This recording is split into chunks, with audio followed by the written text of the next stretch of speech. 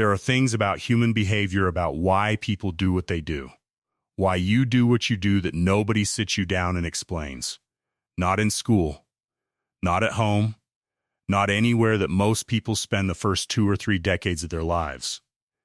And the result is that most people spend years, sometimes decades, making the same mistakes, falling into the same traps, wondering why certain patterns keep repeating, without ever having the framework to understand what is actually happening.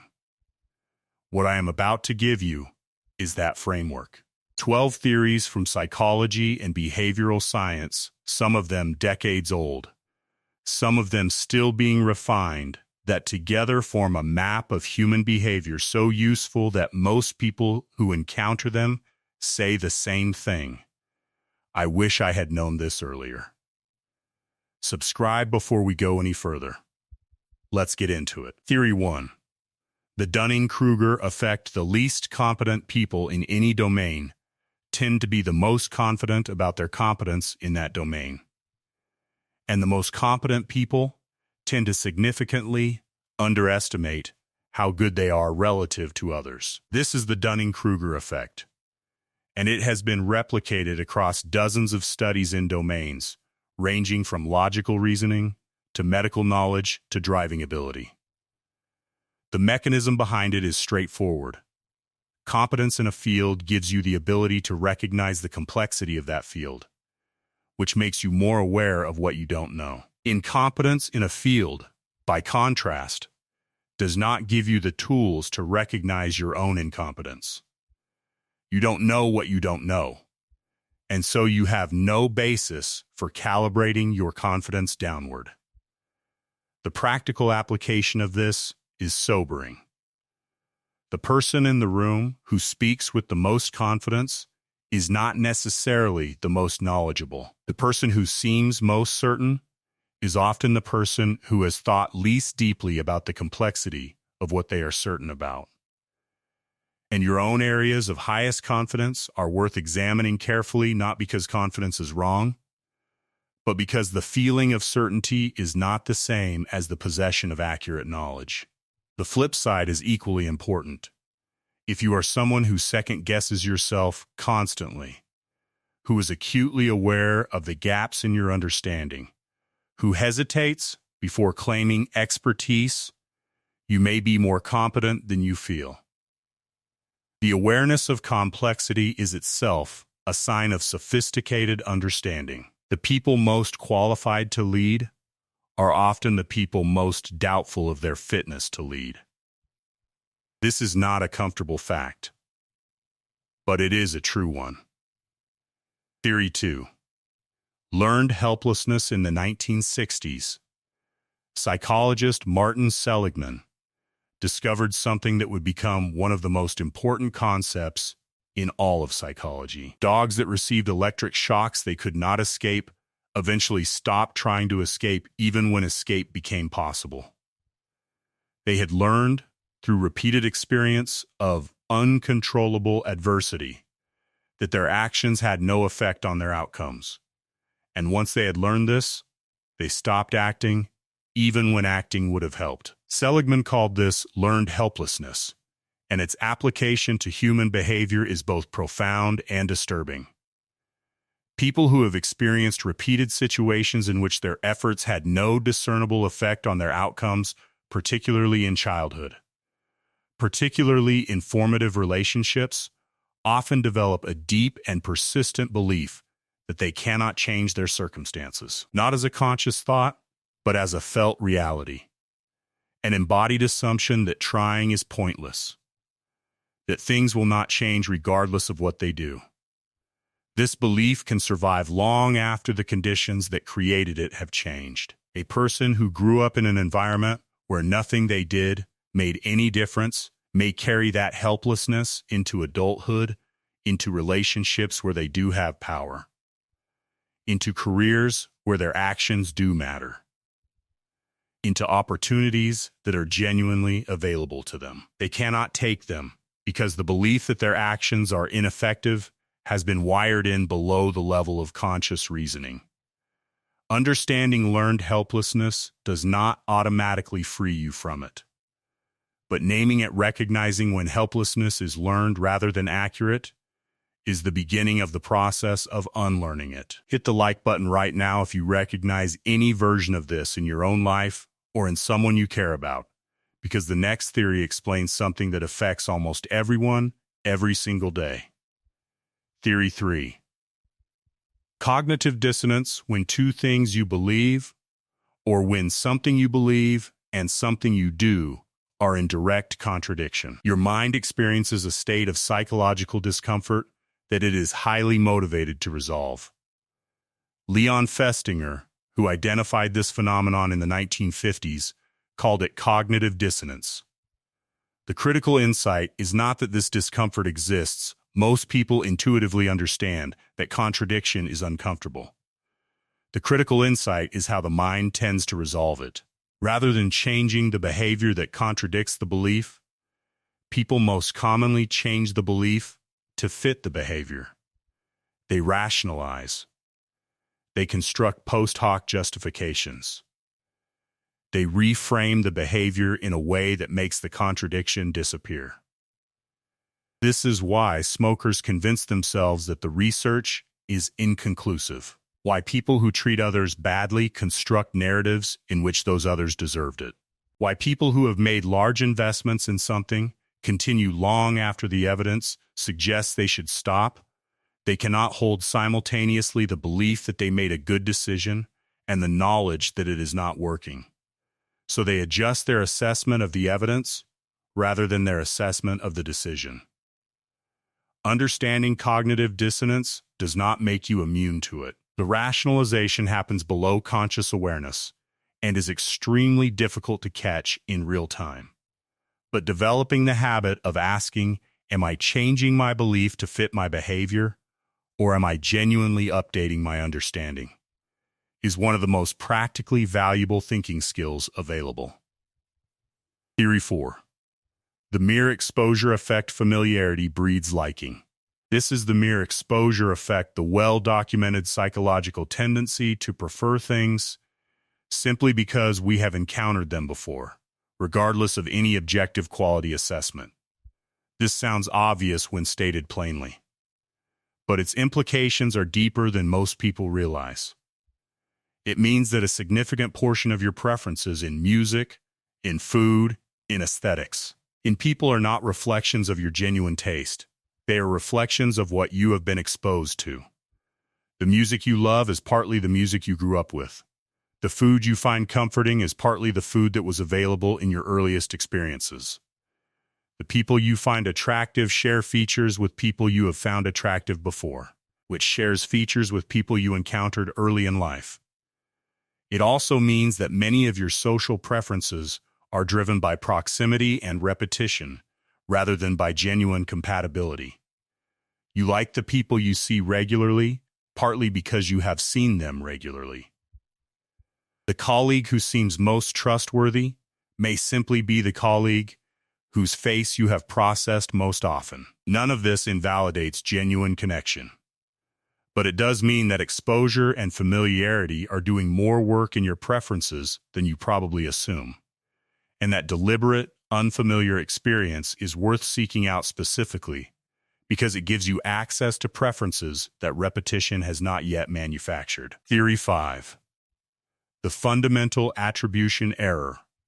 When other people do something wrong or fail at something, we tend to attribute it to their character. They are lazy, irresponsible, dishonest. When we do something wrong or fail at something, we tend to attribute it to circumstances. We were tired. The situation was unfair. There was no good option. This asymmetry is the fundamental attribution error, and it is one of the most consistently documented biases in social psychology. We see others' behavior through the lens of their character. We see our own behavior through the lens of context. The practical consequence is enormous. It produces systematic unfairness in how we judge other people relative to ourselves. It makes us less empathetic than we think we are. It makes us construct narratives about other people's failures that assign them agency and responsibility they may not actually have had, while constructing narratives about our own failures that protect us from the same assignment. The corrective is not self-blame. It is the deliberate practice of asking, when someone does something you find incomprehensible or wrong, what context could have produced this behavior? Not to excuse it necessarily, but to understand it, which is both more accurate and more useful than the character-based explanation your mind will automatically generate. Subscribe right now if this is giving you a new framework for understanding something that has confused you about human behavior. Because we are only halfway through, and the next theories go even deeper. Theory 6. Flow state Mihaly Csikszentmihalyi spent decades studying the conditions under which human beings experience what he described as optimal experience states of complete absorption in a task, where self-consciousness disappears, time distorts, and performance reaches its highest level. He called this state flow. Flow occurs when the challenge level of a task is precisely matched to the skill level of the person performing it. Too easy and boredom sets in. Too difficult and anxiety takes over. In the narrow band where challenge and skill are in balance, something remarkable happens. The prefrontal cortex, the part of the brain responsible for self-monitoring, self-criticism, and the anxious awareness of how you are performing temporarily downregulates.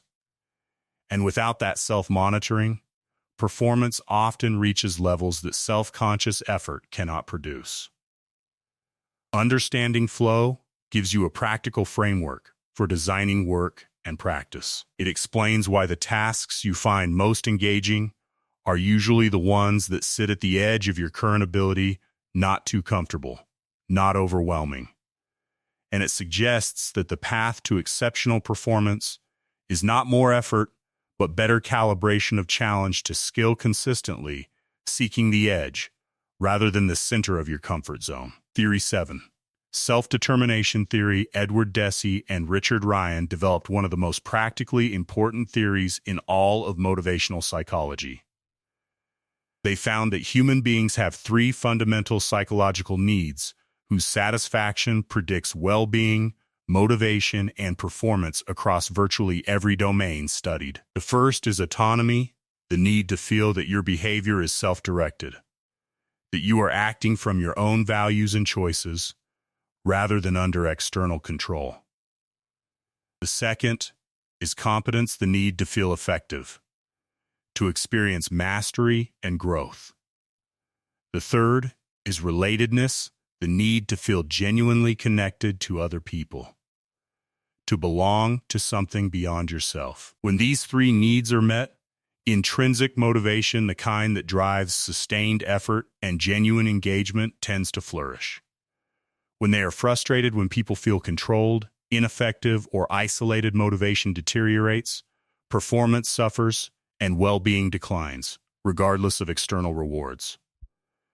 This theory explains why money alone does not produce sustained motivation. It explains why people thrive in environments that give them genuine agency and leave in environments that control them. It explains why meaningful connection is not a luxury, but a psychological necessity. And it provides a practical framework for understanding your own motivational patterns, asking, not how do I make myself work harder, but which of my fundamental needs is currently unmet. Theory 8. The spotlight effect. You vastly overestimate how much other people notice and think about you. When you spill something on your shirt, trip in public, say something awkward in a meeting, or have a bad hair day, the event looms enormously in your own experience. You assume it looms equally in the experience of everyone who witnessed it. It does not. Other people are primarily occupied with their own experience, their own anxieties, their own self-monitoring, their own concerns about how they are coming across. The cognitive bandwidth available for sustained attention, to your minor failures and embarrassments is a fraction of what your own self-focus leads you to assume. The spotlight effect is responsible for a significant portion of social anxiety. People avoid doing things, performing, speaking up, trying new things in public, taking creative risks because of an imagined audience of critics who are, in reality, barely noticing. Understanding that the spotlight is largely in your own mind is not a cure for self-consciousness, but it is a genuine and lasting permission to act more freely than the imagined audience would seem to allow. Theory 9. Attachment theory. John Bowlby's attachment theory developed over decades of research into how early relationships shape later ones may be the single most practically important framework for understanding adult relationships that psychology has produced. The core insight is that the patterns of connection and disconnection we experience with our earliest caregivers create internal working models, templates for how relationships work, what to expect from intimacy, how safe or unsafe emotional closeness is. And these templates, formed before we have the cognitive capacity to reflect on them, operate as defaults throughout our adult lives, in romantic relationships, in friendships, in professional relationships, unless they are consciously examined and deliberately updated. People with secure attachment, who had early experiences of reliable, responsive care, tend to move toward intimacy with relative ease, to communicate their needs directly, and to regulate their emotions without either suppressing them or being overwhelmed by them. People with anxious attachment tend to experience relationships as potentially abandoning, to need frequent reassurance, to become hyperactivated by signs of distance or disconnection. People with avoidant attachment tend to experience closeness as threatening, to suppress emotional needs, to maintain self-sufficiency as a defense. None of these patterns are destiny, but they are the default. And understanding your own attachment pattern, which requires honest examination of both your early experiences and your current relationship behaviors, is one of the most direct routes to understanding why you behave the way you do in the relationships that matter most to you. Theory 10. The sunk cost fallacy. The time, money, and energy you have already spent on something are gone. They cannot be recovered. And according to rational decision theory, they should have no influence whatsoever on your decisions about what to do next. What matters is only the future, what future actions will produce what future outcomes. But human beings do not work this way. We feel the pull of sunk costs with remarkable and consistent force. We stay in bad movies because we have already watched 40 minutes. We stay in failing relationships because we have already invested years. We continue pursuing strategies that are not working because we have already committed so much to them. We do this even when we know, intellectually, that the sunk costs are irrelevant to the decision we face. The practical corrective is a question.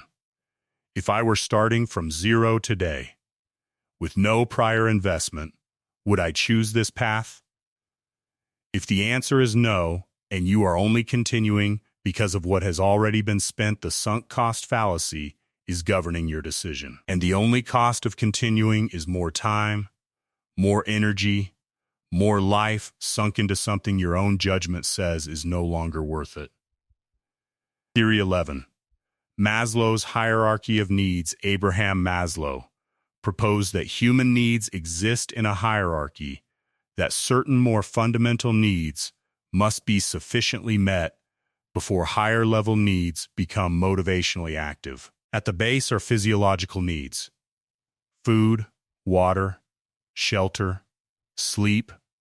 Above that, safety and security.